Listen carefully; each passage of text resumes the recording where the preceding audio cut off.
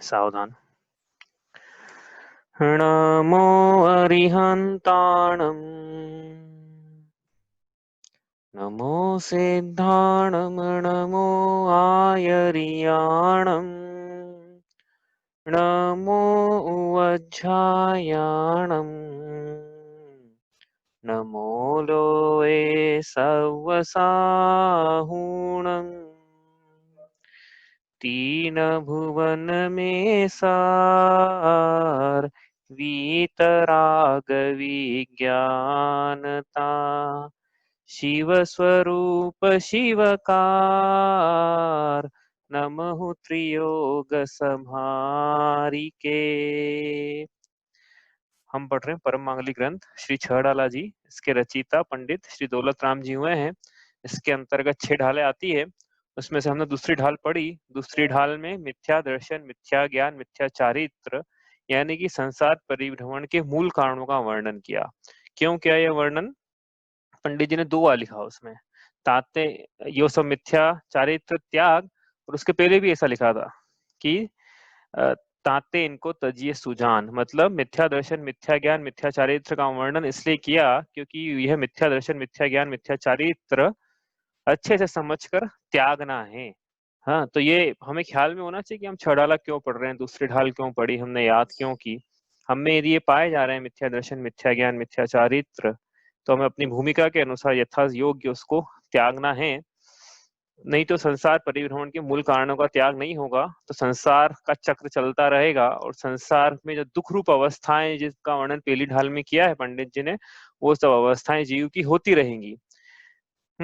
और अंत में उन्होंने प्रेरणा दी कि क्या क्या करें, तो फिर त्याग करके क्या करें, मतलब नास्ति से कथन हुआ ना कि इनको त्याग कर रहे हैं। तो फिर जीव बोलेगा इनका त्याग करके क्या करें फिर हम। तो ये एक, आप कोई काम छुड़वा रहे हो तो किसी में लगवाओ फिर। तो उन्होंने कहा कि आत्म के हित पंथ लाग, अपनी आत्मा के हित के पंथ में लगो, ऐसा उन्होंने प्रेरणा दिया, उपदेश दिया।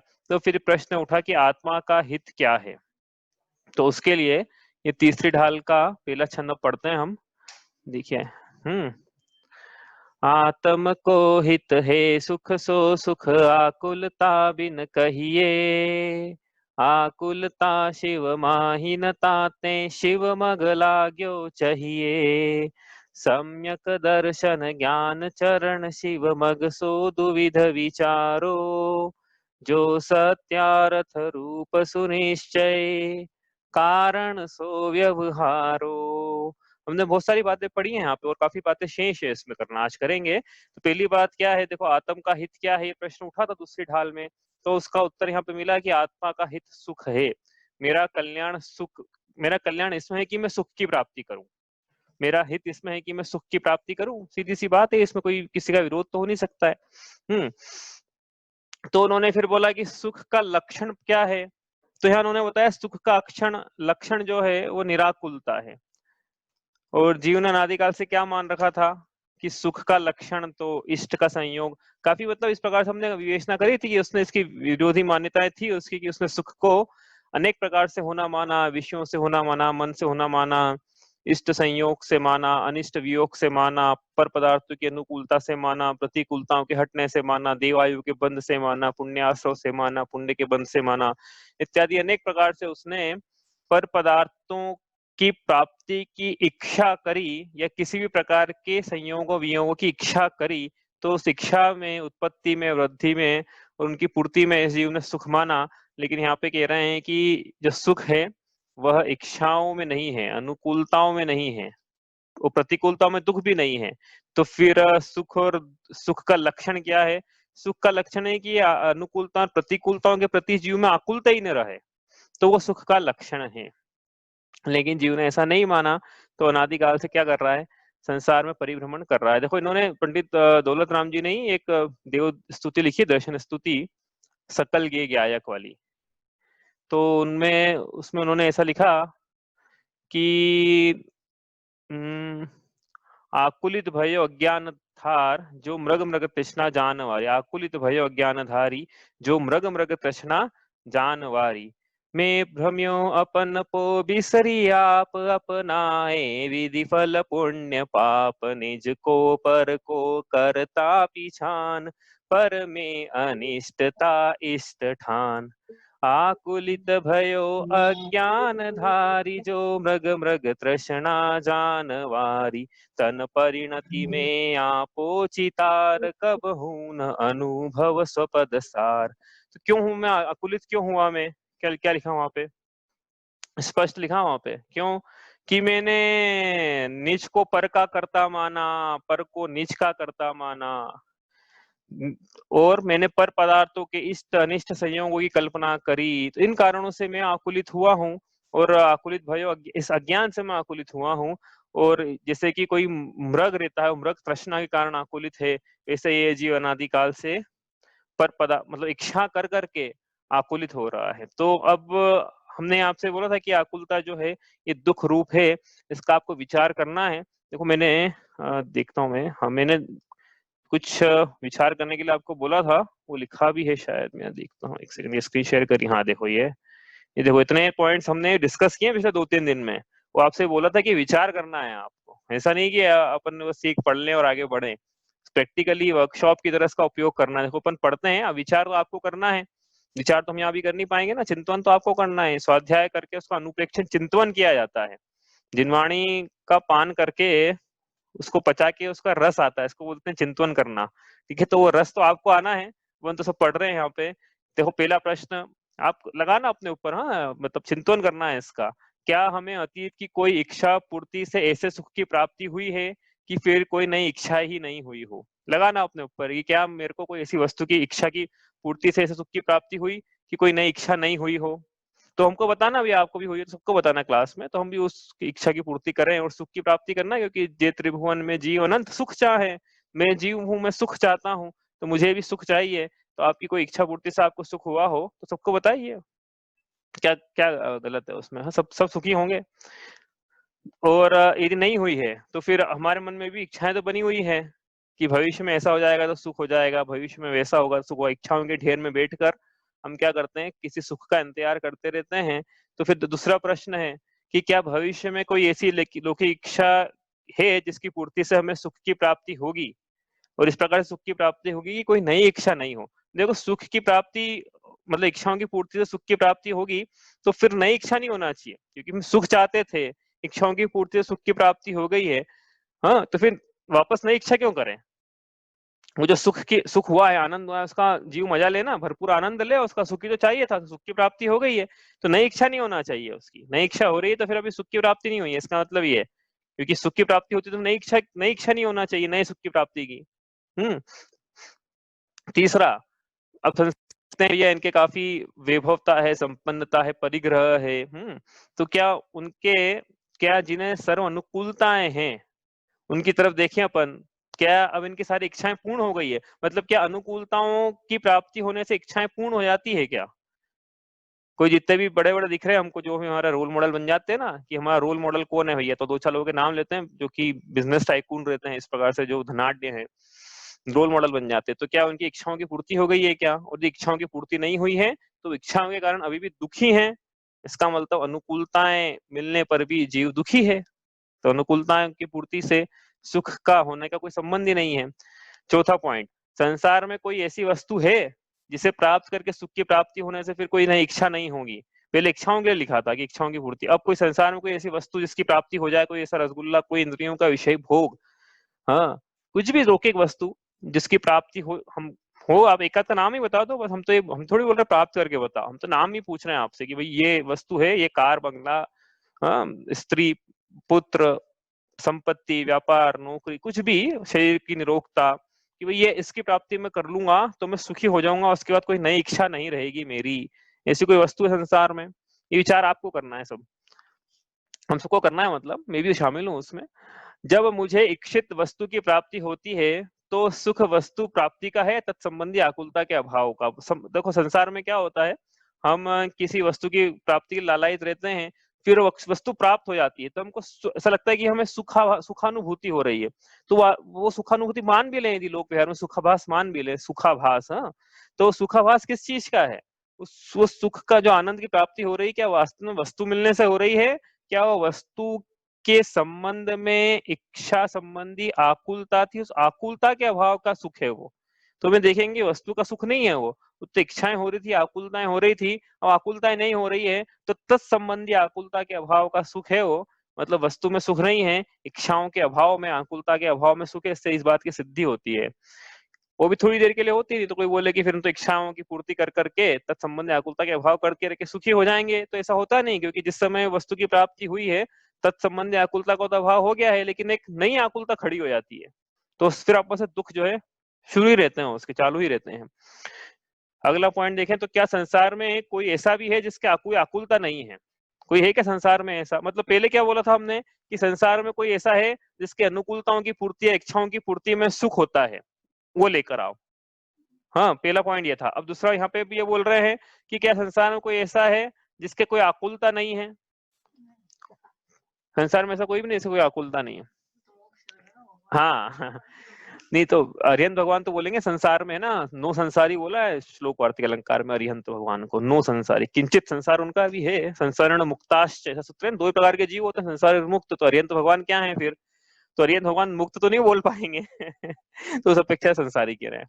ठीक है, तो क्या संसार में कोई ऐसा भी जीव है जिसके कोई आकुलता नहीं है? तो जो वीतरागी हैं, और जिनके मोक्ष नहीं हुआ है, मतलब थोड़ी अपन नहीं समझे ज्यादा, 11 12 13 14 गुणस्थान तो अरिहंत भगवान जैसे हैं, तीर्थंकर जैसे हैं, तो उन्हें आकुलता नहीं है, फिर भी उन्हें तो और आकुलता नहीं है, और इसका मतलब है कि ऐसी अवस्था की प्राप्ति की जा सकती है जो कि आकुलता रहित अवस्था, बतलाना तो ये था। लेकिन ऐसी अवस्था की प्राप्ति नहीं की जा सकती है कि अनुकूलताओं की पूर्ति से सुख उत्पन्न हो जाए।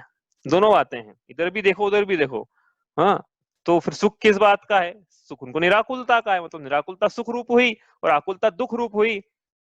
सिद्धि इस बात की चल रही है यहाँ पे। हाँ, क्या संसार में, हाँ क्या संसार में कोई ऐसा जीव जिसकी सभी इच्छाएं पूरी हो गई होगा एक आध, तो इतने सारे साल हो गए ना, 2,500-3,000 साल, कोई आ जाए डंके की चोट पे कि हमारी सारी इच्छाओं की पूर्ति हो गई है, अब हमें कुछ करना शेष नहीं रहा, कुछ इच्छाएं शेष नहीं रही, ऐसा भी कोई जीव हो तो हमारे सामने भी लेके आए, अभी हम भी देखेंगे कैसे इच्छाओं की पूर्ति हुई है, उसकी इच्छाओं की पूरी हो गई, उसकी इसकी इच्छा करी पूरी हो गई, कोई नई इच्छा नहीं होती हो उसकी, फिर न जीने की हो इच्छा, न मरने, कुछ भी इच्छा ना होती हो उसकी।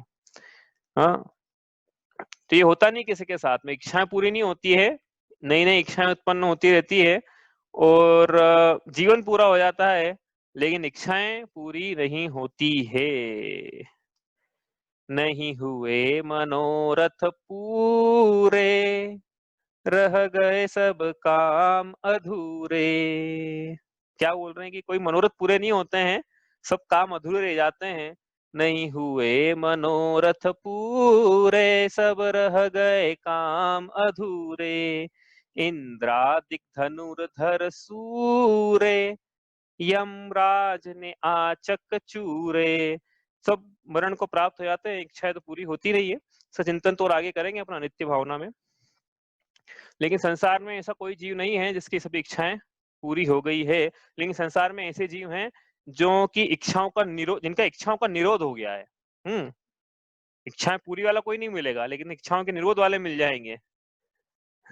और क्या हाँ देखो आखिरी पॉइंट लिखा है उसका, संसार में कोई ऐसा जीव है जिसके सभी इच्छाओं का अभाव हो गया है। तो हाँ, तो ऐसे जीव मिलेंगे हमको संसार में, भले पंचम काल में नहीं मिलेंगे हो, पंचम काल में नहीं मिलेंगे, लेकिन इस क्षेत्र में नहीं मिलेंगे, लेकिन अन्य क्षेत्र में जैसे विधेय क्षेत्र में हमें मिलेंगे। या फिर संसार को हटा दे अपन, ऐसे मुक्त जीव हैं जिनके साथ इच्छाओं का अभाव हो गया है। तो इससे क्या सिद्ध कर रहे हैं? इसे सिद्ध कर रहे हैं कि भैया इच्छाओं की कभी पूर्ति नहीं होती है, इच्छाओं की पूर्ति में सुख नहीं है, क्योंकि वो सब आकुलता का कारण है, आकुलता दुख रूप है, आकुलताओं का अभाव होना ही सुख रूप है, इच्छाओं का अभाव होना सुख रूप है। ऐसी अवस्था तो हो सकती है कि आकुलताओं का अभाव हो जाए, लेकिन ऐसी अवस्था नहीं हो सकती है कि इच्छाओं की पूर्ति हो जाए और जीव अब उसको कोई नई इच्छा ना हो, नई आकुलता ना हो। तो सबसे सिद्ध ये करना ही है, और ये घटाना अपने ऊपर है भाई, ऐसे लिखने से काम नहीं चलेगा। हाँ, आप चाहो तो लिख लो पॉइंट। लेकिन क्या बात थी यहाँ पे, फोटो खींचना मतलब कैमरे में, और लिख तो पाओगे नहीं इतनी जल्दी आप तो लेकिन विचार करना है अपने को कि ये सब ऐसा है। पहले भी बोला था आपको, सारी बातें का विचार करना है। तो इस विचार करने से क्या होता है, विचार करने से हमें समझ में आता है कि यहाँ जो बतलाया जा रहा है ऐसा नहीं कि ये सिर्फ थियोरेटिकल बातें हैं, ये सब बिल्कुल ये ट्राइड एंड टेस्टेड है भैया, आचार्यों ने परखा है इसको, विद्वानों ने परखा है इसको, गणधर परमेष्ठी 4 ज्ञान के धारी, उन्होंने इसको ट्राइड एंड टेस्टेड माल है ये। यदि नहीं होता है, यदि कहीं फेल हो जाता तो चलता ही नहीं है अभी यार। 2500 साल हो गए भगवान महावीर को निर्माण हुए, नहीं चल नहीं पाता, निकल जाता अभी तक तो, लेकिन ये चल रहा है, ट्राइड एंड टेस्टेड इसलिए चल रहा है। तो आप भी ट्राई करें, मतलब टेस्ट करें इसको कि सही लिखा है कि नहीं, परीक्षा प्रधानी होकर। तो इससे क्या होता है कि मोक्ष प्रकाशक में अनेक बार लिखा है कि भैया हम कह रहे हैं इसलिए मत मानो, आप स्वयं निर्णय करके मानो, निर्णय करके मानोगे तो ही आपका श्रद्धान पक्का कहलाएगा। वरना अभी मैं कह रहा हूँ, आपने मान लिया, कल को कोई और व्हाट्सएप पे कोई नई बात बताएगा, उसको भी मान लोगे। कल को कोई तीसरा आपका व्यक्ति बताए, तीसरा मित्र बताएगा जैनेतर परंपरा वाला, तो आप उसको भी सत्य मान लोगे। फिर अपनी जो अनादिकाल की चली आ रही है उसको सत्य तो मान ही रहे हो, फिर टीवी वाला बताएगा उसको सत्य मान लोगे, तो फिर निर्णय कैसे होगा? परीक्षा प्रधानी होकर निर्णय करें कि हाँ ये बतला रहे हैं, देखो ये सत्य है इस प्रकार से, इसलिए परीक्षा का करने का बोल रहे हैं बार बार। तो क्या पढ़ा हमने अभी तक कि आत्मा का हित सुख है, और वो सुख का लक्षण निराकुलता है। अभी निराकुलता सुख का लक्षण है, ये स्वयं प्रतीति में हो कि हाँ वास्तव में ये कहा है, यही सत्य है। तो फिर ये निराकुलता की प्राप्ति कैसे होगी? तो तीसरी बात यहाँ पे आई है जो कि ये निराकुलता मोक्ष में नहीं है। तो फिर क्या करें? चौथी बात आई है, इसलिए जीव को मोक्ष मार्ग में लगना चाहिए। ये तो हमने कल पढ़ लिया था, कल हमने और भी देखा था यहाँ पे कि मोक्ष मतलब क्या होता है। और मैं स्क्रीन शेयर करता हूँ वापस से। ये देखो, ये हमने कल पढ़ा था कि हाँ, सुख मतलब क्या है। पहली बात तो ये कि सुख आत्मा की अवस्था है, सुख आत्मा का, जीव का ही भाव है, जीव का गुण है सुख। तो उसकी पर्याय में जब निराकुलता प्रकट हो, अतीन्द्रिय आनंद प्रकट हो, तो हम कहेंगे कि उसके वास्तव में सुख प्रकट हुआ है। तो गुण अलग है, पर्याय अलग है। सुख नाम का गुण, उसकी वास्तविक पर्याय अतीन्द्रिय आनंद, ये उसकी पर्याय, या उसकी निराकुल अवस्था प्रकट हो तो हम कहेंगे उसका सुख प्रकट हुआ। जैसे ज्ञान अलग है, ज्ञान की पर्याय अलग है ना, गुण अलग है, गुण की पर्याय, दर्शन अलग है, उसकी पर्याय सम्यक या मिथ्या है। हाँ, जैसा जानता है वैसा समीचीन है कि नहीं, इस प्रकार सुख है ये। और मोक्ष पढ़ा हमने, मोक्ष मतलब क्या है? 2 प्रकार का मोक्ष हमने पढ़ा, द्रव्य मोक्ष और भाव मोक्ष। द्रव्य मोक्ष का तो अभी प्रसंग है ही नहीं। हाँ, अपन तो भाव मोक्ष पढ़ लेते हैं, द्रव्य अभी द्रव्य की चर्चा तो अभी 7 तत्वों की चर्चा आएगी तो आपस से करेंगे ही उसमें, तो नहीं भी समझ में आए तो कोई दिक्कत उसमें समस्या नहीं है। द्रव्य मोक्ष की चर्चा अलग से वापस करेंगे, लेकिन उसमें शब्द आया है कि आकुलता शिव माहिन ताते, तो शिव का मतलब क्या है? तो शिव का मतलब है आत्मा की शुद्ध निराकुल अवस्था, इसी को हमने मोक्ष कहा, इसी को हमने शिव कहा। तो क्या समझ में आया सब पढ़कर? आत्मा, देखो 4 बातें थी, आत्मा का हित सुख है, सुख का लक्षण निराकुलता है, निराकुलता मोक्ष में नहीं है, इसलिए मोक्ष मार्ग में लगना चाहिए। तो ये पूरी प्रेरणा मिल रही है कि आत्मा का हित किस में है? फिर आत्मा का हित मोक्ष मार्ग में लगने में है। क्योंकि प्रश्न उठता है ना भाई कि जीव धर्म का धारण क्यों करे, मंदिर क्यों जाए, पूजा पाठ स्वाध्याय सामायिक ये क्यों करे? सुख की प्राप्ति के लिए करे, अपने हित के लिए करे, निराकुल अवस्था की प्राप्ति के लिए करे। और ये निराकुलता जो सुख का लक्षण है, बहुत काम का है। आप ये देखना कि ये निराकुल जो अवस्था है अपने ऊपर, जैसे आपको बोलना कि लगा के देखना, तो कैसे लगा के देखना? उदाहरण के लिए अब ये देखना कि मैं जब आकुलित होता हूँ तब मैं ज्यादा सुखी रहता हूँ कि जब निराकुलित रहता हूँ, जब ज्यादा सुखी रहता हूँ। उदाहरण के लिए एक उदाहरण लेते हैं, जैसे अपन कि जब हम रात्रि भोजन करते थे, हो सकता है किसी ने किया ही नहीं हो कभी, अच्छी बात है, लेकिन जब रात्रि भोजन करते थे तब रात्रि में भोजन करने के परिणाम, आकुलता के परिणाम, ये भी खा लें वो भी खा लें, तो वो ज्यादा आकुलित करते थे कि अब सर्विस विंडो शरीर की घटा के 24 घंटे से 6 घंटे की कर दी, 12 से 6 के बीच में खाएंगे उदाहरण के लिए, तो ज्यादा 18 घंटे निराकुलित रहते हैं। कम से कम भोजन संबंधी आकुलता को अभाव हुआ कि नहीं हुआ 18 घंटे? ये बताओ आप। कोई ये नहीं बोल रही है किसी की इच्छाएं होती हो तो स्टार्टिंग में कोई प्रैक्टिस करने के लिए इच्छा हो जाए किसी की, तो स्टार्टिंग तो अलग बात है, जब प्रैक्टिस नहीं हो तब तक। लेकिन जब जीव को पता है कि वो उसको 6 घंटे ही खाना है या 10 घंटे ही खाना है, तो 10 घंटे ही खाना है मान लो, तो 14 घंटे खाने संबंधी आकुलताओं का अभाव होता है कि नहीं होता है? वो अवस्था सुखरूप लगती, नहीं तो भी क्या है, ये खाएं फिर थोड़ी देर बाद वो खाएं, इच्छाएं होती रहती है, फिर वो इच्छाएं दुख रूप है। ये खा लें, फिर अपने मुताबिक नहीं मिला, ये खत्म हो गया, वो खत्म हो गया, ये नहीं बनाया, वो गर्म है, इसमें नमक ज्यादा है, तो भाई ये इच्छाएं उत्पन्न ना हो रात में खाने इतनी। और भी चीजें हैं तो वो रात्रि भोजन में लगाया है। उदाहरण के लिए किसी ने जब देखेंगे, इसे नियम ले लिया किसी ने कि भाई हम भारत के बाहर नहीं जाएंगे, तो भारत के बाहर नहीं जाएंगे तो तत्संबंधी आकुलता का अभाव हो गया उसके। अब उसको कोई मतलब नहीं है कि भाई कहाँ पे क्या है, कहाँ पे क्या घटना हो रही है, कहाँ पे एसएल वर्ड है और कहाँ पे क्या है, कहाँ पे और भी बता, मतलब मुंह से बोलना नहीं चाहता हूँ क्या क्या है। लेकिन उसके आकुलताओं का अभाव हो जाता है। किसी ने निश्चय कर लिया कि भाई मतलब क्या है कि अपनी जो आकुलता जिनमें होती है उनके दरवाजे हम बंद करते हैं एक एक करके, कि हम भाई रात्रि भोजन नहीं करेंगे, हम डिस्को में नहीं आएंगे, हम पब में नहीं जाएंगे, हम बार में नहीं जाएंगे, हम रेस्टोरेंट में नहीं जाएंगे, हम इस प्रकार से क्या है, तो तत्संबंधी आकुलताओं का अभाव होते चले जाता है। वहां जाना ही नहीं, अपने को विकल्प ही नहीं आएगा, विकल्प ही नहीं आएगा तो जीव को आकुलता नहीं होगी, आकुलता नहीं होगी तो इच्छाएं नहीं होगी, इच्छाओं का अभाव हो गया उसके, इसका मतलब ये निरोध हो गया इच्छाओं का। तो अवस्था ज्यादा सुखकारी है, बजाय आप ये विचार करते रहे ना कि आज हमें ये जाना है, यहाँ जाना है, फिर ये पहनना है, ये तो हमने पिछली बार पहना था, लोगों ने देख लिया था, अब यहाँ जाएंगे, ये तो बंद था, ये चालू है, ये सब चलता रहेगा। फिर प्रति समय आकुलता होती रहेगी। एक कार्य के साधन साध्य, एक कार्य की प्राप्ति के लिए अनेक प्रकार की आकुलताएं होती ना। रेस्टोरेंट जाना है जैसे रात में, हाँ दिन में भी जाना चाहिए वैसे तो, आखिर रात की बात करें अपन तो रात में जाना है जैसे, तो कौन सा रेस्टोरेंट जाना है, कैसे जाएंगे, कौन कौन आ रहा है, कितने लोग हैं, क्या खाएंगे, पिछली बार खाया था ये तो अभी इस बार ये खाएं, ये सब चलता रहता है। तो ये सब दुख रूप अवस्थाएं, इसमें कोई मजा थोड़ी है। आप किसी को लगे कि नहीं इसमें मजा है, तो उसको अभी सुख की पहचान कहाँ हुई कि निराकुल, उसको बोलेंगे एक बार निराकुल अवस्था में भी जाके देखो एक बार, फिर बोलना कि मजा किसमें आ रहा है, समझ में आ जाएगा क्या। तो ये जो है अपने दरवाजे अपने हाथ से ही बंद कर लें तो अपन ज्यादा अच्छा, ज्यादा सुखी हैं, बजाय कि कोई कि हम भी, हम अब जैसे उदाहरण के लिए हम सोशल नेटवर्किंग पे नहीं जाएंगे, हम फेसबुक में अकाउंट नहीं बनाएंगे, मैं अपना बता रहा हूँ जैसे उदाहरण के लिए, हम फेसबुक पे नहीं जाएंगे, हम ट्विटर पे नहीं जाएंगे, हम ऑर्कुट पे नहीं जाएंगे, हम गूगल प्लस पे नहीं जाएंगे, हम व्हाट्सएप पे नहीं जाएंगे, हम इधर उधर मतलब जो भी सोशल इंस्टाग्राम जो जो भी है उस पर नहीं जाएंगे।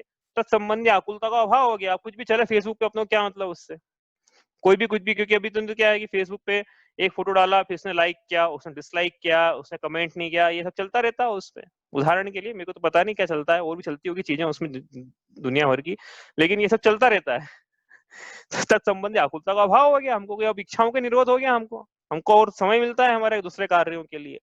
तो ये सब प्रैक्टिकली करके देखना कि रात्रि भोजन छोड़ने से रात्रि भोजन संबंधी आकुलताओं का अभाव हुआ कि नहीं हुआ, समझ में आ जाएगा। निराकुलता की प्राप्ति वही हो जाएगी। इसका मतलब निराकुलता सुख रूप है, इच्छाएं होना ये दुख रूप है, ये बात सिद्ध होती है।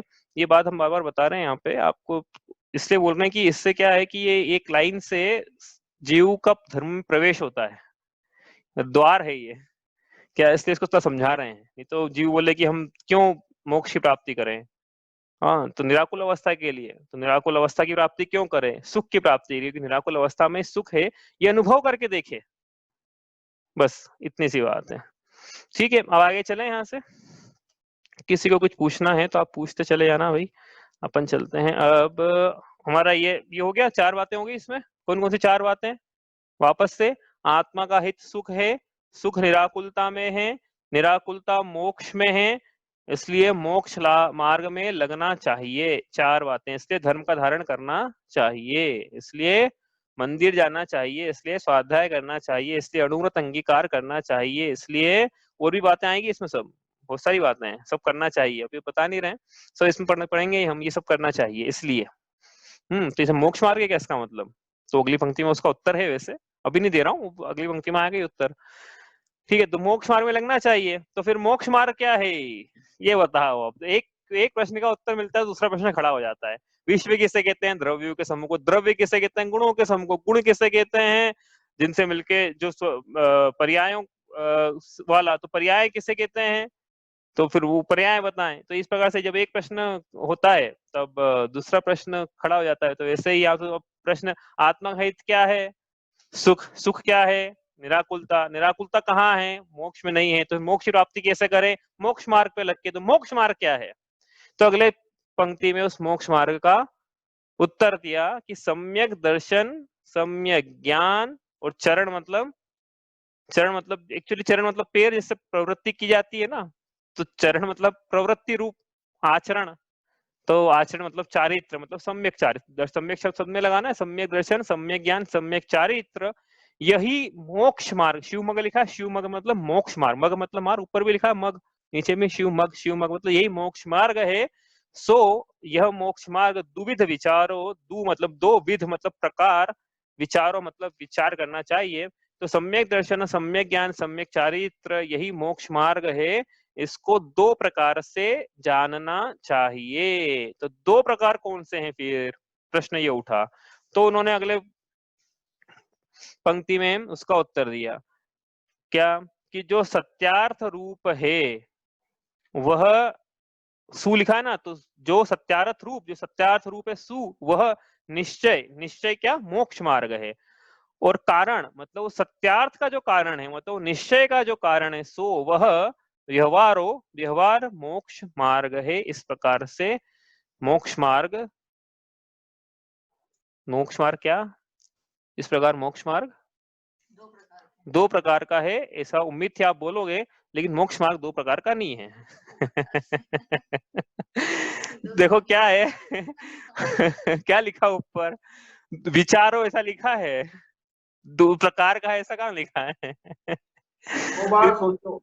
हाँ, दो बार सोचो ऐसा है। नहीं दो बार सोचो नहीं, दो बार सोचे, दो प्रकार से जानना चाहिए, दो प्रकार से विचार करना चाहिए। ये दो मोक्ष मार्ग दो प्रकार का हो जाएगा, तो इसका मतलब क्या हो जाएगा मैं आपको बताता हूँ। यदि मोक्ष मार्ग दो प्रकार का है तो इसका मतलब है कि कुछ जीव निश्चय मोक्ष मार्ग से मोक्ष चले जाएंगे, कुछ जीव व्यवहार मोक्ष मार्ग से मोक्ष चले जाएंगे। तो मोक्ष मार्ग दो प्रकार का हो गया है ना। तो सिद्ध भगवान आपस में बातें करेंगे। सिद्ध भगवान की भैया तुम कैसे मोक्ष में आए, तो बोलेंगे मैं निश्चय मोक्ष मार्ग से आया। तुम कैसे आए? मैं व्यवहार मोक्ष मार्ग से आया। और सम्यक दर्शन, सम्यक ज्ञान, सम्यक चारित्र भी लगा दो, 6 प्रकार के हो गए। तुम कैसे आए? मैं निश्चय सम्यक दर्शन से आया। और तुम? मैं व्यवहार सम्यक चारित्र से आया। तो 6 प्रकार के हो गए। तो भैया ऐसा नहीं है, ऐसा बिल्कुल भी नहीं है। दो प्रकार से जानना है, लेकिन मोक्ष मार्ग तो एक ही प्रकार का है। मोक्ष मार्ग एक ही प्रकार का है। तो ऐसा क्यों लिखा फिर कि दो प्रकार से जानना चाहिए? वो अपन समझते हैं दो प्रकार से जानना चाहिए, निश्चय क्या होता है, व्यवहार क्या होता है, वो सब समझेंगे हम। लेकिन एक बात समझ लें यहाँ पे कि मोक्ष मार्ग तो एक ही प्रकार का है। अब यहाँ पे कुछ शब्द आए हैं, पहले उन शब्दों को समझें हम। सम्यक दर्शन, सम्यक ज्ञान, और सम्यक चारित्र शिवमक से द्विविध विचार, ऐसा लिखा है। तो ये दर्शन ज्ञान चारित्र 3 शब्द आ गए यहाँ पे, सम्यक के भी शब्द आया यहाँ पे। इन सबका क्या मतलब है? ठीक है, ये समझते हैं अब। समझा है हमने? कहाँ समझा था? दूसरे ढाल की पहली पंक्ति में समझ लिया था। ऐसे मिथ्या द्रग ज्ञान चरण वश भ्रमत भरत दुख जन्म मरण। ये तो ठीक है, एग्जाम में भी पूछ लिया। कि किसे कहते हैं, लिखा भी है लोगों ने, है कुछ लोगों ने सही लिखा है, कुछ लोगों ने गलत भी लिखा है। तो वापस समझते हैं इसको। गलत लिखा है उन लोगों को तो समझना ही चाहिए ना, कम से कम। जो सही लिखा उनका भी रिवीजन हो जाएगा। तो वही क्या है? दर्शन क्या है, ज्ञान क्या है, चारित्र क्या है? दर्शन ज्ञान चारित्र यह आत्मा के गुण हैं। आत्मा क्या है? आत्मा एक द्रव्य है। द्रव्य क्या होता है? गुणों के समूह को द्रव्य कहते हैं। ऐसा पढ़ाया क्या पहले? ऊपर लिखा, इसलिए पढ़ाया था क्योंकि बार बार बातें आएगी ना, तो हम पहले समझ लो। देखो यहाँ क्या लिखा, द्रव्य किसे कहते हैं? द्रव्य गुणों का समूह, ये लिखा है यहाँ पे, गुणों का समूह ये द्रव्य है। ठीक है, तो द्रव्य कितने होते हैं? द्रव्य 6 होते हैं। तो उसमें जीव भी आया यहाँ पे, जीव भी एक द्रव्य है। ठीक है, तो जीव भी मतलब गुणों का समूह है, अनंत गुणों का समूह है। ठीक है तो अनंत गुणों का समूह, लेकिन हम सिर्फ 3 गुणों की बात करेंगे, दर्शन ज्ञान चारित्र। मतलब ये आत्मा में दर्शन नाम का गुण है, आत्मा में ज्ञान नाम का गुण है, आत्मा में चारित्र नाम का गुण है। ऐसा अलग से ब्रैकेट भी लगाया हुआ है। बाकी गुणों की बात करेंगे क्या कि भाई यथासंभव हम जहां जहां मौका है वहां करेंगे, लेकिन अभी तो इन 3 गुणों की बात हो रही है, दर्शन ज्ञान चारित्र। ऐसा क्यों? ये प्रश्न उठना चाहिए यहाँ पे कि आत्मा में तो अनंत गुण है, फिर बार बार दर्शन ज्ञान चारित्र नाम के गुण की ही बात क्यों करते हो? सुख की बात, सुख नाम के गुण की भी तो बात करो, क्योंकि उसकी तो प्राप्ति करना है।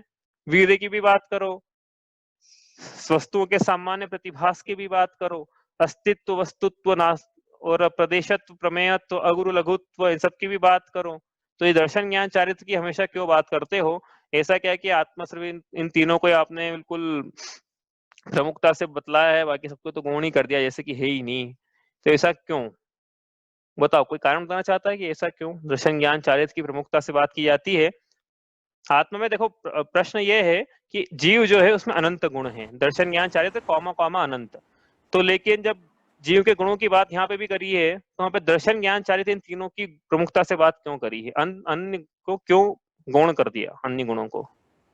क्योंकि ये तीन गुण सिर्फ जीव में ही पाए जाते हैं। तो सुख नाम का गुण भी तो जीव में ही पाया जाता है। तो दर्शन ज्ञान चारित्र के अंदर ही आ जाएगा सुख भी। हाँ, वो बात भी एक अपेक्षा से सही है कि सुख जो है दर्शन ज्ञान में ही है, लेकिन फिर भी हम अलग से बात कर रहे हैं। सब वस्तुओं का सामान्य प्रतिभास भी है, ये भी जीव चेतनता है, ये भी फिर जीव का गुण है ना, वीर्य है। दर्शन ज्ञान चारित्र की बात क्यों करते हैं हम? श्रद्धा से जानना, फिर आचरण में लाना, इसलिए।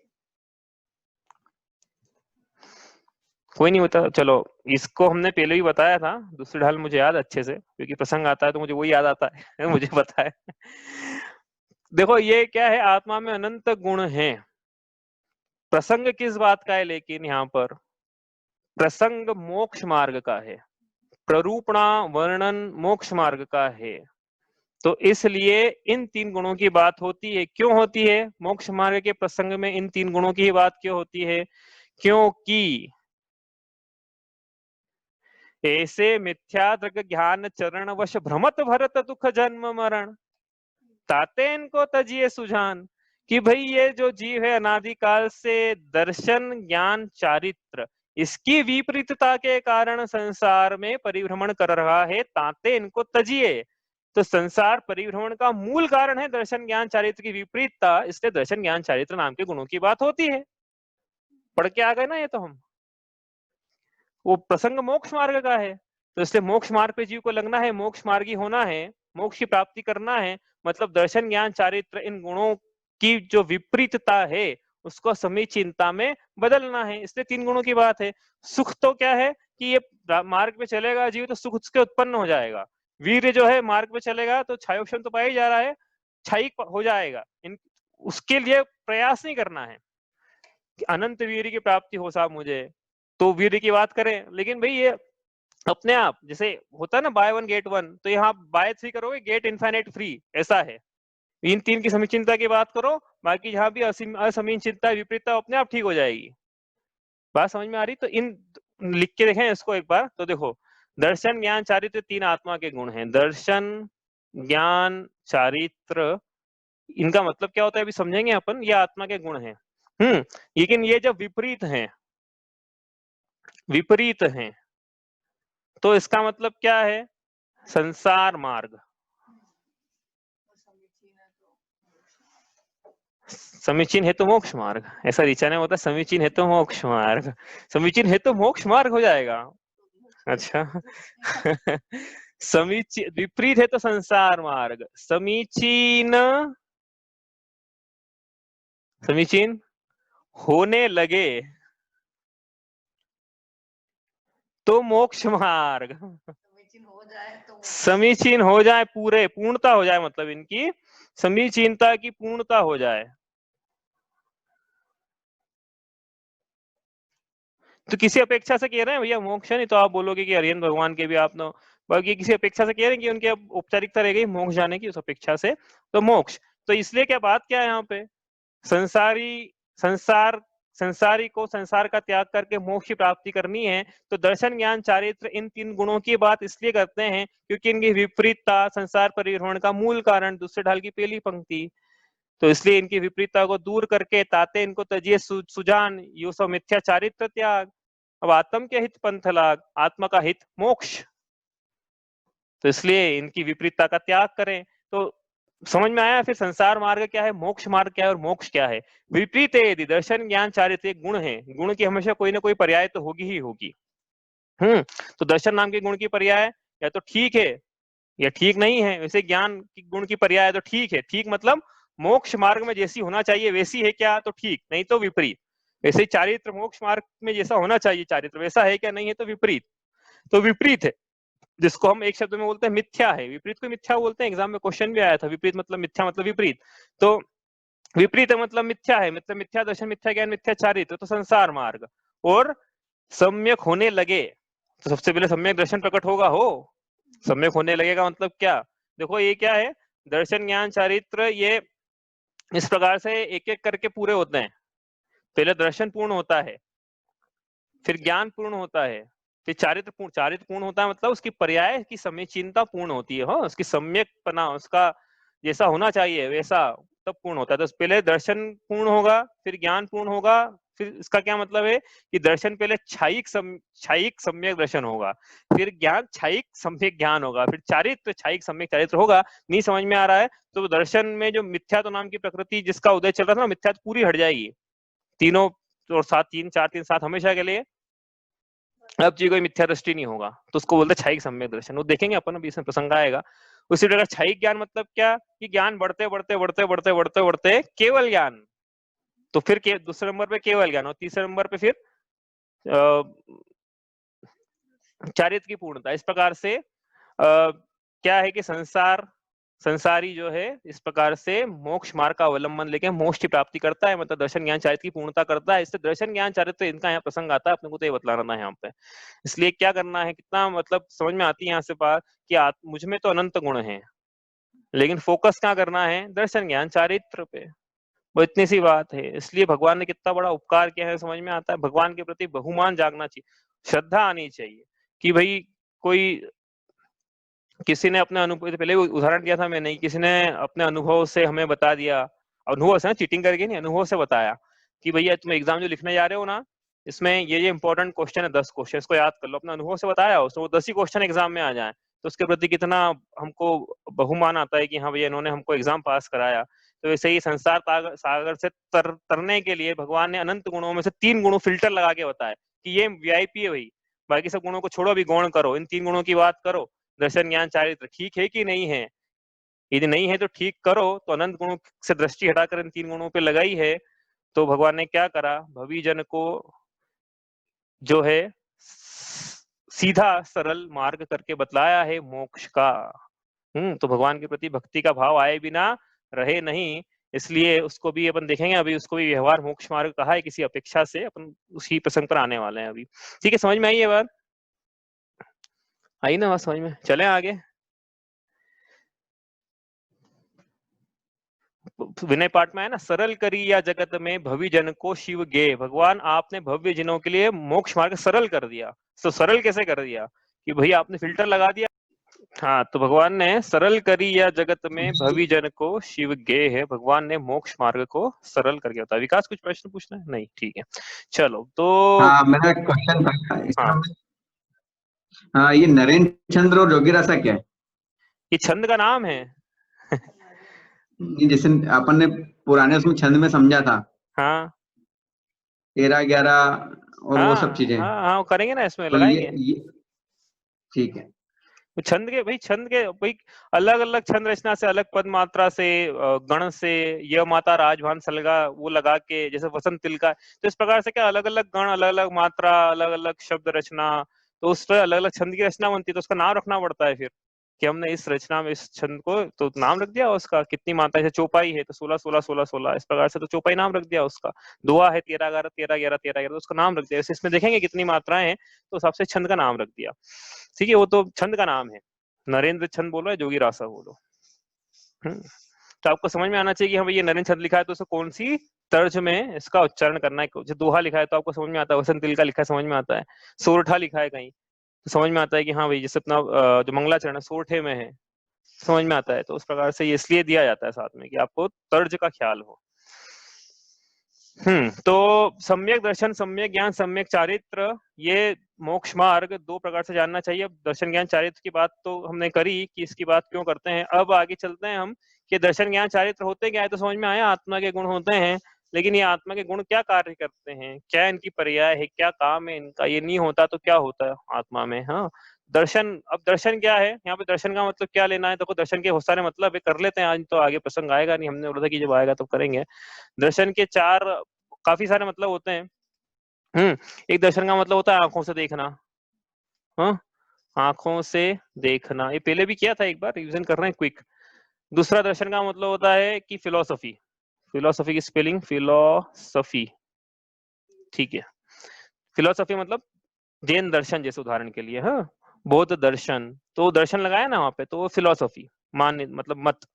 तीसरा दर्शन का मतलब होता है वस्तुओं का सामान्य प्रतिभास, वस्तुओं का सामान्य प्रतिभास।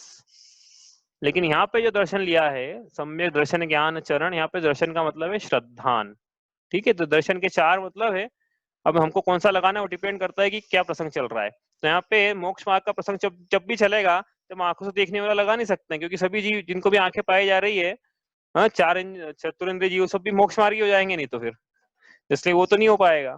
वस्तुओं का सामान्य प्रतिभास सभी जीवों को पाया जा रहा है, चाहे वो एकेंद्रीय क्यों ना हो। वस्तुओं का सामान्य प्रतिभास, इसको भी दर्शन कहते हैं। हाँ, वस्तुओं का सामान्य प्रतिभास मतलब कहीं कुछ है इस प्रकार की निराकार प्रतीति मात्र, जो ज्ञान होने के ठीक पहले पाई जाती है, उसको भी दर्शन कहा जाता है। प्रसंग इसका कहीं आएगा नहीं, हमने उपयोग में पढ़ लिया था इसको, दर्शनोपयोग और ज्ञानोपयोग इस प्रकार से भेद किए थे, फिर उपयोग के 4 भेद किए थे, चक्षु अचक्षु अवधि और केवल दर्शन। तो इस प्रकार से ये दर्शन के 4 भेद हमने वहां किए थे। उसका प्रसंग अब आगे तो आएगा नहीं, इसलिए यहाँ उसको ले लिया है कि दर्शन जब भी चेतना शब्द आए तो चेतना में जो ज्ञान दर्शन लिखा है ना ऊपर, यहाँ पे मैंने पहले बताया था आपको, यहाँ चेतना में ज्ञान दर्शन लिखा हुआ था, यहाँ पे ये देखो, ये यहाँ पे। तो यहाँ पे दर्शन का मतलब वस्तुओं का सामान्य प्रतिभास लेना है। हाँ, और यहाँ पे जो दर्शन लिखा है इसका मतलब श्रद्धान लेना है। यहाँ पे जो दर्शन लिखा है इसका मतलब वस्तुओं का सामान्य प्रतिभास लेना है। इस प्रकार से समझ में आ रहा है ना, ये शब्द एक ही है इसलिए कंफ्यूजन हो जाता है कि कौन से दर्शन की बात हो रही है। तो दर्शन ज्ञान चारित्र की बात आए तो दर्शन का मतलब श्रद्धान, और जब चेतनता की बात आए या 4 अनुजीवी गुणों की बात आए, अनुजीवी गुण क्या होते हैं अपन देखेंगे कभी, जो घाती अघाती कर्म पढ़ेंगे, तो वहां पे दर्शन का मतलब, या 8 कर्म प्रकृतियों की बात आए तो दर्शनावरण कर्म लें तो वहां पे दर्शन का मतलब वस्तुओं का सामान्य प्रतिभास, वस्तुओं का सामान्य अवलोकन, सत्ता मात्र की प्रतीति, निराकार ज्ञान मात्र होना, उसको हम कहते हैं दर्शन। लेकिन यहाँ पर मोक्ष मार्ग में उस दर्शन का भी प्रसंग नहीं है, क्योंकि वो प्रतीति तो, वो दर्शन तो सभी को पाया जाता है। मोक्ष तो सभी जीव मोक्ष मार्गी हो जाएंगे, इसलिए यहाँ पे दर्शन का मतलब श्रद्धान, तो श्रद्धान भी ये तो सभी जीव को पाया जाता है ना, हाँ पाया जाता है। तो फिर तो यहाँ पे शब्द लगाए ना आगे सम्यक, सम्यक का मतलब क्या समझते हैं, लेकिन यहाँ पे दर्शन का मतलब श्रद्धान लेना है। ठीक है, ठीक है, बात समझ में आ गई। तो 3 प्रकार से दर्शन, जो श्रद्धान है, मतलब श्रद्धान का क्या मतलब होता है, अब श्रद्धान का मतलब होता है मान्यता, प्रतीति, बिलीफ, कन्विक्शन। मान्यता क्या है जीव की, अभिप्राय क्या है, अंतरंग में रुचि क्या है उसकी किसी भी वस्तु को लेकर, मानता क्या है वो, मान्यता। श्रद्धान का मतलब है मान्यता, लिख लो आप जो पहली बार सुन रहे हैं, श्रद्धान मतलब मान्यता। ठीक है, तो दर्शन जो हम यहाँ जब भी दर्शन बोलेंगे इस प्रसंग में, उसका मतलब श्रद्धान रहेगा। ठीक है, तो दर्शन की परिभाषा लिखी थी, क्या थी दर्शन की परिभाषा, आत्मा का गुण है ये जिसके द्वारा जीव श्रद्धान करता है, आत्मा का ऐसा गुण जिसके द्वारा जीव श्रद्धान करता है, या फिर जो श्रद्धान करता है, या फिर श्रद्धान मात्र। ये परिभाषाएं अलग अलग साधनों से हैं, जैसे जब गुण को बिल्कुल कथनचित भेदाभेद है ना, यह गुण आत्मा से दर्शन नाम का गुण किसी अपेक्षा से अभेद है, किसी अपेक्षा से भेद है। जब अभेद आत्मा को देखेंगे, अभेद अभेद तो समझ में आ गया आपको, नए पढ़ लिया, तो जब आत्मा को अभेद देखेंगे तो अलग विवक्षा है, और आत्मा को भेद देखेंगे तो अलग विवक्षा है, मतलब आत्मा में अलग श्रद्धा नाम का गुण अलग देखेंगे। देखेंगे मतलब अलग जानेंगे उसको। तो जब अलग जाना तो वो तो परिभाषा ये लगेगी जिसके द्वारा, जैसे कि कोई दर्शन नाम का गुण अलग हो, आत्मा अलग हो, और आत्मा इसके द्वारा श्रद्धान कर रहा है, तो इसको बोलते हैं करण साधन। जिसके द्वारा आया ना, से के द्वारा, कर्ता ने कर्म को करण से के द्वारा, करण साधन। लेकिन जब अभेद विवक्षा करना है तो आत्मा ही तो श्रद्धान कर रहा है, तो इसका मतलब ये वाला परिभाषा लगेगी कर्त साधन वाली। और दर्शन है क्या, दर्शन वास्तव में श्रद्धान मात्र है, यह आत्मा का भाव है श्रद्धान। आत्मा की अवस्था है श्रद्धान, तो ये भाव साधन से। ठीक है, तो इस प्रकार से ये 3 साधन से हमने पिछले बार पढ़ी थी, आपको समझ में आई थी, और नहीं है तो पूछ लो आप।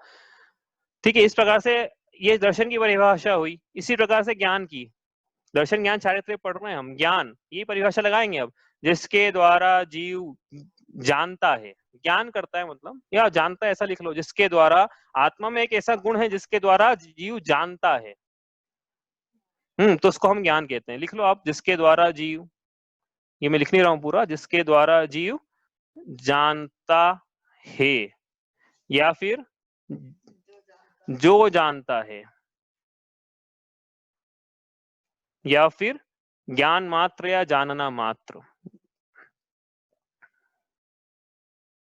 ये अलग अलग साधन से परिभाषा है ज्ञान की। जैसे कि ज्ञान नाम का गुण अलग है जिसके द्वारा जीव जानता है, तो ये कथनचित भेद दृष्टि है। लेकिन आत्मा ही तो जानता है, आत्मा ही ज्ञानी है, तो ये अभेद दृष्टि है। तो नीचे कर्त साधन से परिभाषा लगेगी। और जानना मात्र के आत्मा का ऐसा भाव है, इसलिए भाव साधन। ठीक है। इसी प्रकार चारित्र, तो चारित्र की परिभाषा क्या है? जानना मानना तो आसान है। अब चारित्र की परिभाषा में थोड़ा सा हम लोगों को कि चारित्र मतलब क्या है, शरीर की क्रिया है कि भाई चारित्र जो है ये आत्मा का गुण है। पहली बात, ज्ञान दर्शन ज्ञान चारित्र तीनों के तीनों आत्मा के गुण हैं, किसी को संशय तो नहीं है। चारित्र का मतलब लोग ये समझते हैं कि शरीर से मुनिराजों का चारित्र, जैसे तो शरीर दिखता है ना तो लोगों को लगता है शरीर का चारित्र, भाई वो शरीर का चारित्र नहीं, और आत्मा के चारित्र की चर्चा है वहां पे मुनिराजों के लिए भी। तो ये चारित्र मतलब क्या? वही परिभाषा ऊपर वाली, जिसके द्वारा आचरण किया जाता है, आचरण किया जाता है, ऐसा लिख लेना, जिसके द्वारा आचरण किया जाता है,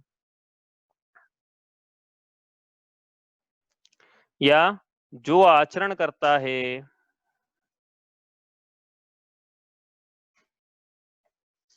या आचरण मात्र।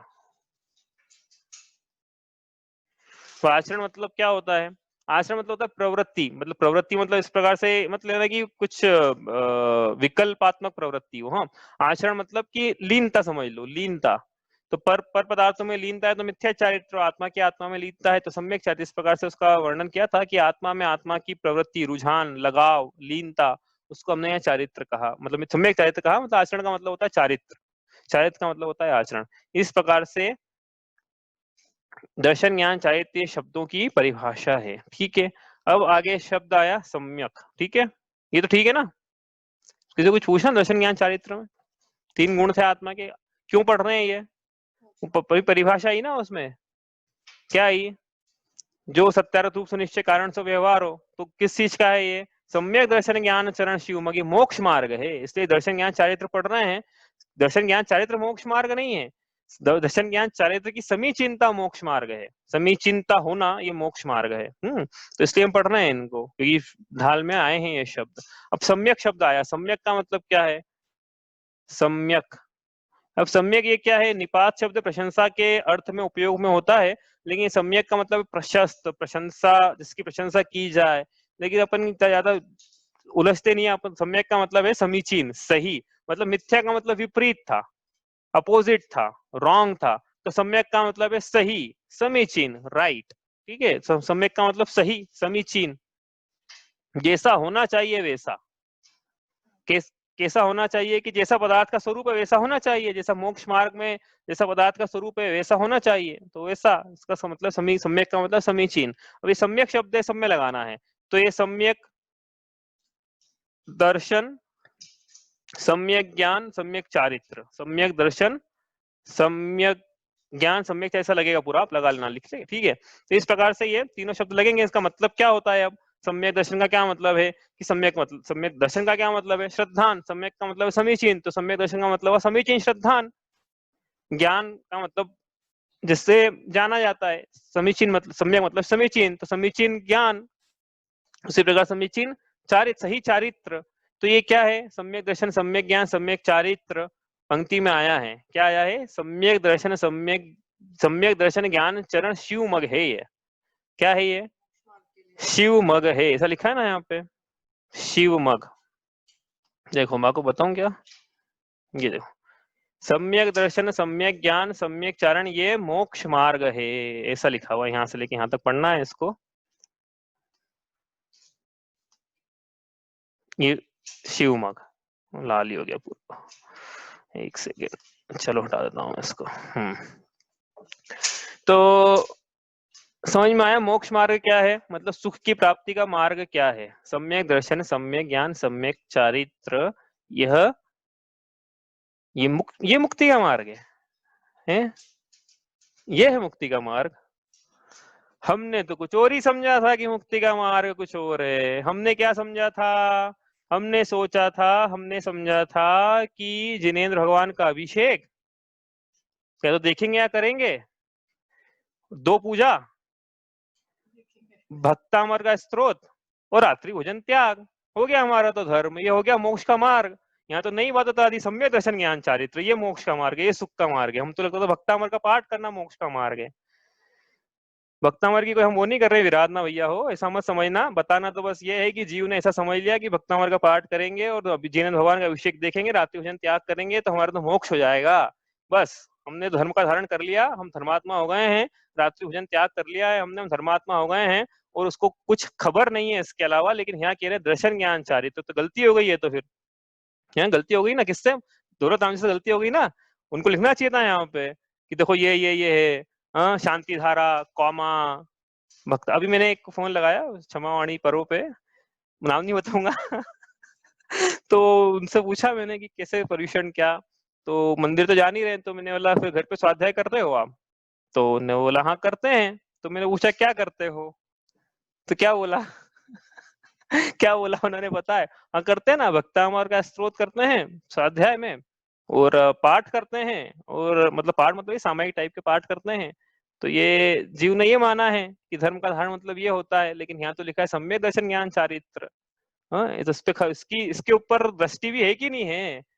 प्रश्न कोई ये बोलेगा व्यवहार मोक्ष मार्ग, तो व्यवहार के भी कथन करेंगे अभी हम। व्यवहार की तो बात ही नहीं करी मैंने अभी, इसलिए तो मैं छू नहीं रहा हूँ इस सब्जेक्ट को। लेकिन अभी क्या बात कर रहे हैं हम कि सम्यक दर्शन, सम्यक ज्ञान, सम्यक चारित्र यह सुख की प्राप्ति का मार्ग है। लेकिन जीव ने तो जो ऊपरी ऊपरी क्रियाएं हैं वो कर ली और ऐसा बोल रहा है कि अब मैं मोक्ष मार्गी हो गया, अब मैं धर्मात्मा हो गया हूँ। तो ये तो दौलतराम जी ने ऐसा लग रहा है ये गलत लिख दिया, उनके नाम ही नहीं आए, शांति धारा के और भक्तामर के और सबके नाम ही नहीं आए हैं। तो ये गलती हो गई कि नहीं हो गई? फिर बताओ गलती हुई कि नहीं हुई? तो भी निराकरण की भाई यहाँ से ऐसा नहीं है कि सिर्फ दौलतराम जी ऐसा कह रहे हैं। अन्य ग्रंथों में उदाहरण के लिए अपन रत्नकरण शावकाचार्य जी की बात करें तो वहां पे शुरुआत के 2-3 श्लोक के बाद ये बात आ जाती है, वहीं स्टार्टिंग में आ जाती है। वहां पे क्या लिखा? वहां पे सदृष्टि ज्ञान वृत्तानि धर्मम धर्मेश्वरा विदु यदीय प्रत्यनिकानि भवन्ति भव पद्धति, जो हमने पढ़ा अभी। सम्यक दर्शन, सम्यक ज्ञान, सम्यक चारित्र, इसको धर्म के ईश्वर ने धर्म कहा है। इससे विपरीत मिथ्या दर्शन, मिथ्या ज्ञान, मिथ्या चारित्र संसार परिभ्रमण की परिपाटी हैं। तो धर्म क्या है? धर्म सम्यक दर्शन है, धर्म सम्यक ज्ञान है, धर्म सम्यक चारित्र है, धर्म शांति धारा है, धर्म भक्तामृत स्त्रोत। एक पाठ कर लिया बस याद, उसका भी मीनिंग पता भी है कि नहीं हमको, वो भी अभी तो बताए, पता नहीं। लोग बोलेंगे नहीं भाव भाषा से करते हैं, तो ठीक है, अच्छी बात है, लेकिन मीनिंग भी पता है कि नहीं? बस संस्कृत के शब्दों का उच्चारण कर लें और बोले कि हमने धर्म का धारण कर लिया। यहाँ दर्शन ज्ञान चारित्र की बात है, अपने को जोर इस बात पे देना है, किसी की विराधना नहीं करना है। हम कहेंगे कि जो करते हो करना छोड़ मत देना, हम ये नहीं कहने कि चढ़ना छोड़ दो, लेकिन अभी बताएंगे कि साधन और साध्य में क्या अंतर है, उसकी चर्चा भी करेंगे, क्योंकि नीचे लिखा है अगली पंक्ति में वही चर्चा आने वाली है। लेकिन यहाँ तो अपन फोकस देना है दर्शन ज्ञान चारित्र को। पंडित जी ने वही रत्नकरण शावकाचार्य जी का उदाहरण दिया ना मैंने, वहां पे सीधे ये लिखा है सदृष्टि ज्ञान वृत्तानि सम्यक दर्शन, सम्यक ज्ञान, सम्यक चारित्र, इसको कहा है। क्या कहा है? धर्म कहा है। किसने कहा है? धर्म के ईश्वर ने कहा है, इसको कहा है। हमने माना था कि नहीं माना था ये कि ये धर्म है, इसकी प्राप्ति करना है हमें? भाई धर्म की प्राप्ति करना है ना, कि नहीं करना है? तो सम्यक दर्शन की प्राप्ति करना है ना, सम्यक ज्ञान की प्राप्ति करना है, सम्यक चारित्र की प्राप्ति करना है, कम से कम श्रद्धांत तो रखेंगे सम्यक चारित्र की प्राप्ति करना है। और दर्शन ज्ञान की प्राप्ति तो अभी कर लें, अभी कर लें, बात स्वाध्याय में कर लें यदि कर सकते हैं पुरुषार्थ जगा के। बात तो ये है। हाँ देखो द्रव्य संग्रह में ऐसा नहीं कि यही लिखा है, द्रव्य संग्रह में भी लिखा है सम्मदंसणाणं चरणं मोक्षस कारणं जाने व्यवहाराणि चेदो तत्यमयोनियो अप्पा सम्मदंसणाणं चरणं मोक्षस कारणं जाने। सम्यक दर्शन, सम्यक ज्ञान, सम्यक चारित्र, ये मोक्ष का कारण है। नीचे लिखा है मोक्ष का कारण, हाँ, कारण से व्यवहार हो, ये मोक्ष का कारण है व्यवहार से। निश्चय से तो आत्मा सम्यक दर्शन, सम्यक ज्ञान, सम्यक चारित्र रूप रत्नत्रय रूप हो तो वो निश्चय मोक्ष मार्ग है। इसकी चर्चा आगे करेंगे, लेकिन बात तो सम्यक दर्शन, सम्यक ज्ञान, सम्यक चारित्र की है ना। तत्तीय मई और नियो अप्पा ऐसा भी लिखा है ना बाद में कि इस रूप हो जाए आत्मा, वो मोक्ष मार्ग है, वो धर्म है। हमने किसको धर्म माना था, वो प्रसंग आप देख लेना भाई। अपन बात करते हैं सूत्र जी की, सबने पढ़ा है, अभी पढ़े ही होगा पर्युषण में, पहला सूत्र सूत्र जी का पहला सूत्र। हाँ, ये जैनागम का बिल्कुल एक मूल ग्रंथ है। जैसे अपन बात करें ना कि भाई आपके यहाँ जैसे वहां पे गीता है, उनके यहाँ कुरान है, उनके यहाँ बाइबल है, तो हमारे पास क्या है तो हम बता नहीं पाएंगे उसे एक ग्रंथ का नाम तो, लेकिन फिर भी आपको यदि पूछना ही है तो हम बोलेंगे तत्वार्थ सूत्र है भाई। तो तत्वार्थ सूत्र उस वैसा ग्रंथ है, उसके पहले अध्याय का पहला सूत्र, पहला सूत्र, सम्यक दर्शन ज्ञान चारित्राणी मोक्ष मार्ग। ये चारित्राणी ना, इसको जब भी बोलता हूँ बीराणा जी की याद आ जाती है मेरे को, क्योंकि उन्होंने सिखाया प्रोनाउंसिएशन। चारित्राणी ऐसा बोलना, चारित्राणी ऐसा नहीं बोलना है, हाँ, क्योंकि उन्होंने में बड़ी की मात्रा लग जाएगी नहीं तो। चारित्राणी ऐसा जोर देके बोलना, त्र पे जोर देना, अण पे जोर मत देना, अण में बड़ी की मात्रा लग जाएगी नहीं तो।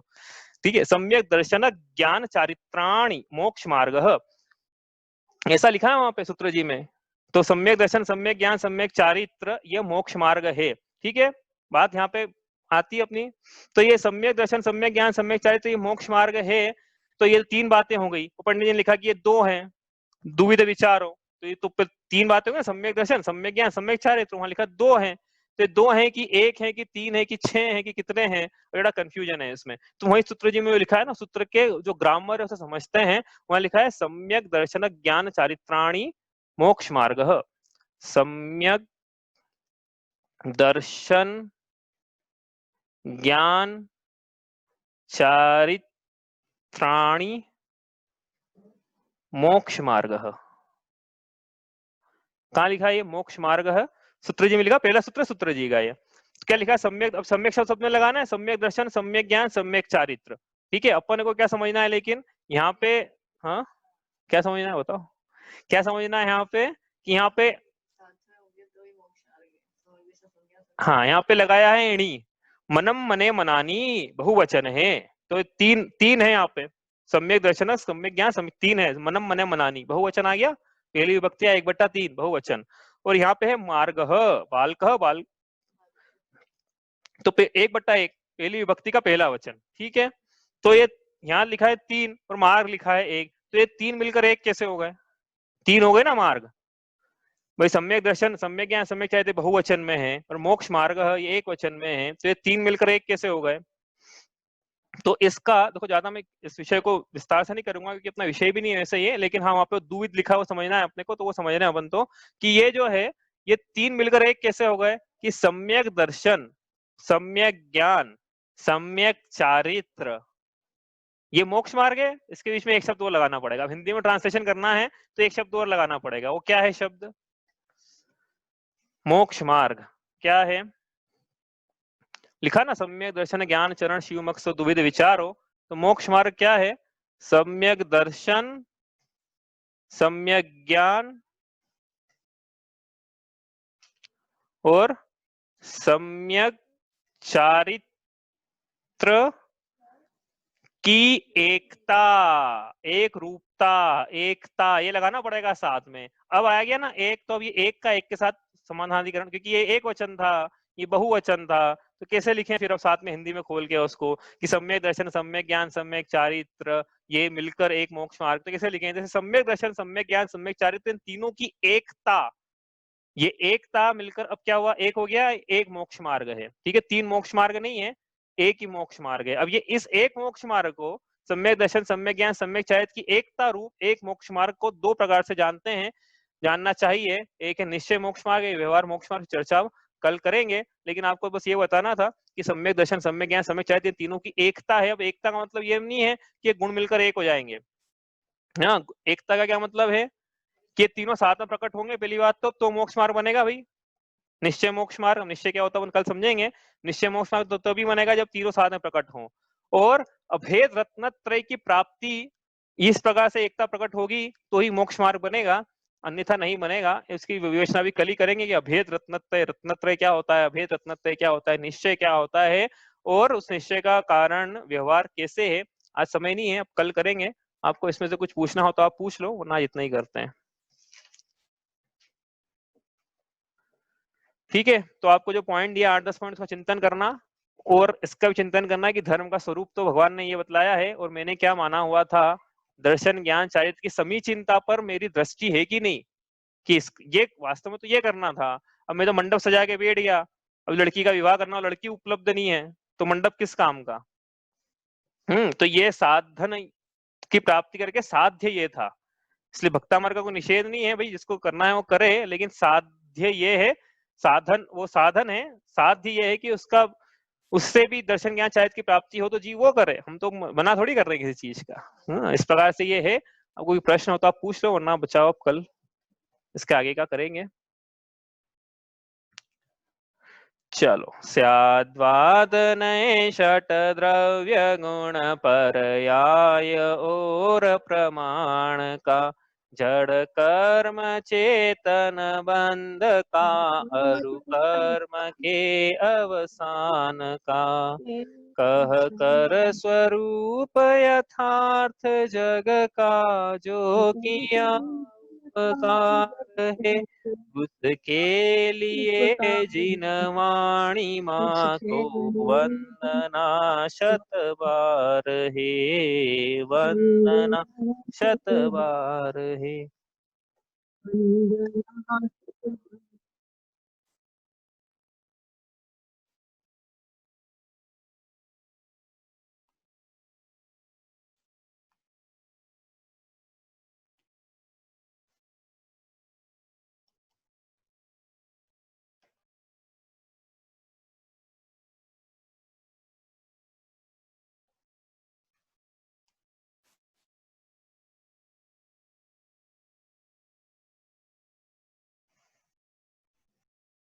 जय जिनेंद्र।